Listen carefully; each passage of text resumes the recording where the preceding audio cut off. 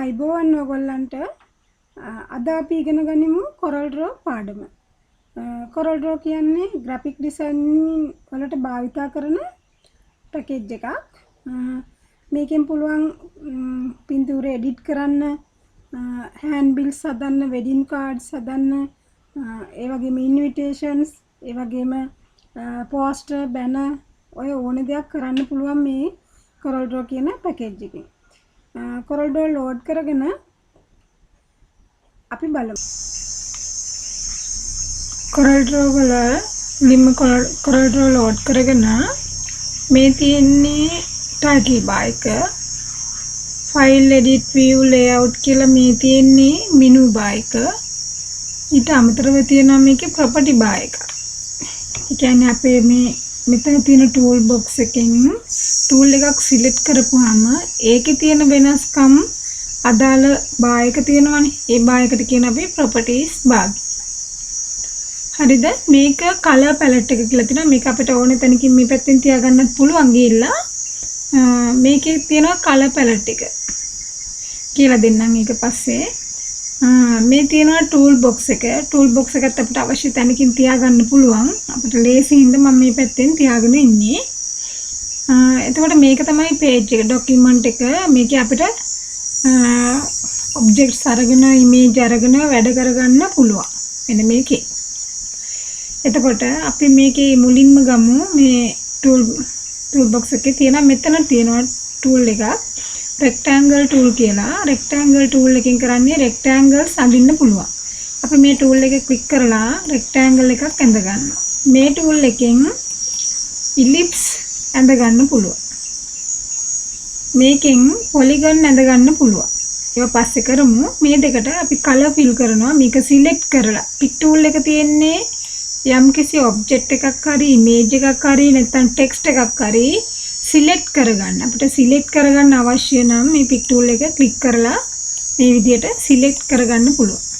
හරිද? ඊට පස්සේ මේ select කරගෙන ඒකට color එකක් click කරපුවාම ඒක color එක apply වෙනවා. එතනදී color එකක් apply වෙනවා අපිට දාගන්න පුළුවන්. right, ඊට පස්සේ මේ pick tool එක පාවිච්චි කරන්නේ මොකටද? use කරන්නේ මේ වගේ object එකක් select කරගන්න. object එක අවශ්‍ය තැනකට ගෙනිය ගන්න. ඒ වගේ. එතකොට pick tool එක මතක තියාගන්න. tool bar එකේ පළවෙනි pick tool එක තමයි තියෙන්නේ. ඊට දෙවෙනියට තියෙනවා shape tool කියලා එකක්. shape tool කියන එකෙන් අපිට පුළුවන් ඒකේ tools තියෙනවා තව විවිධ හැඩයන් වලට මේ ලබාගත් object එක හරව ගන්න පුළුවන්. එතකොට shape tool එකට කියන්නේ අපි මෙන්න මේකේ මේ තියෙනවා මේවට කියනවා nodes කියලා. ඒ වගේ මේ රේඛාවෙන් එකේ හැඩය තියලා right click කරලා convert to curves කරගන්න ඕනේ. ඒ කියන්නේ curve එකක් බවට හරව ගන්න ඕනේ. හරව ගත්තාම අපිට පුළුවන් මේකෙන් අවශ්‍ය තැනකට nodes මේ වගේ double click කරලා add කරගන්න. ඒ වගේම add කරගත්ත තැන් වලින් අපිට මෙහෙම drag කරන්න පුළුවන්. drag කරලා කියන්නේ ඇදලා අපිට අවශ්‍ය හැඩයකට හදා ගන්න පුළුවන් මේ ඔබ්ජෙක්ට් එක.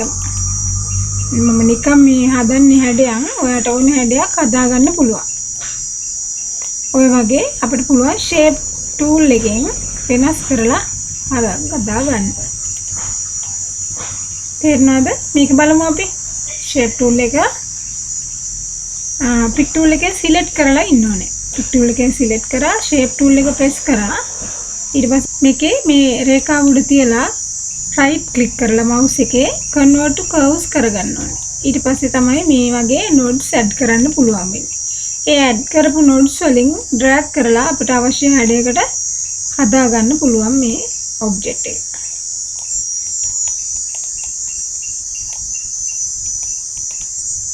ඔය විදිහට.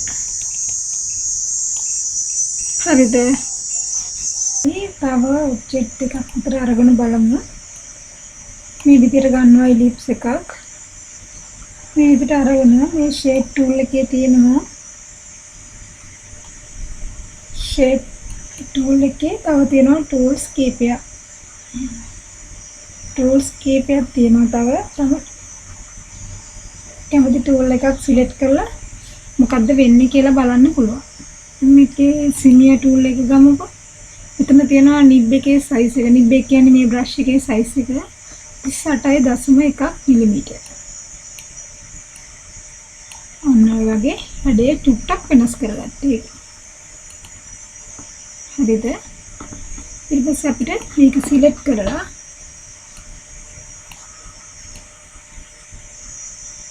පොඩි අයිස් දෙකක් දාගන්න.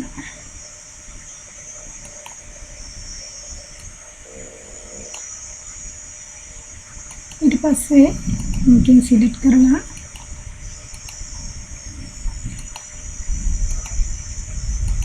ඔන්න වගේ පොඩි හැඩයක් අපි හදාගත්තා. තේරුණාද? දැන් මේකෙදි භාවිත කරගුණාද සිමියර් ටූල් එක. ඊට පස්සේ මේ ටූල්ස් ටිකත් භාවිත කරලා බලන්න මොනවද වෙන්නේ කියලා. එක එක රූප සටහන් වලට භාවිත කරලා බලුවට කමන්නේ. අපි ස්මජ් ටූල් එකත් ගමු. ස්මජ් ටූල් එක. ස්මජ් ටූල් එක ගන්න ඉස්සෙල්ලා අපි ආපහු ඉන්ටුරේ කරගෙන යමු. හරි ස්මජ් ටූල් එක. දැන් තියෙන්නේ ස්මජ් ටූල් එක. මේක ගත්තාම මේකේ දැන් ටූල් එකක් ගත්තාම මේකේ ප්‍රොපර්ටි බාර් එක තියනවා කිව්වනේ. ඒ ගුණාංග තියෙන බාර් එක. ඒ බාර් එකේ මෙතන තියෙනවා අපිට මෙතනදී සාමාන්‍ය නිබ් එකේ සයිස් එක වෙනස් කරගන්න පුළුවන් 30කට වගේ වෙනස් කරගමු. රයිට්. ඊට පස්සේ අපිට 30කට වගේ වෙනස් කරගත්තත් මේ විදිහ තමයි එන්නේ. අපිට පුළුවන් මෙයාට කකුල් දෙකක් දාන්න මේකට.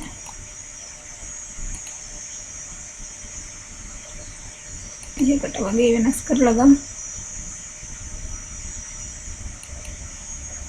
මෙතනින් එකයි කියලා දාමු. මෙතන එකක් කියලා හදන්න ඕනේ. එකක් හරියට දෙක වැඩි ප්‍රමාණයක් හදුවත් කමන්නේ. ඒ වගේ හදලා ගමු. මෙතනින් අත් දෙක දාගන්න.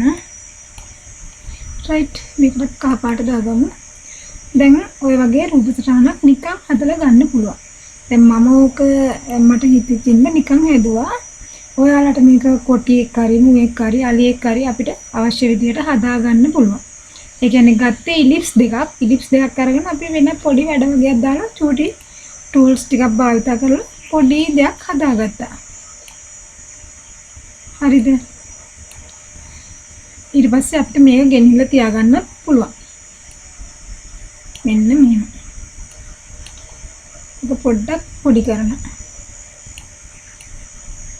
රයිට්. නිකන් කාටුන් රූපයක් අපි ඇඳගත්තා.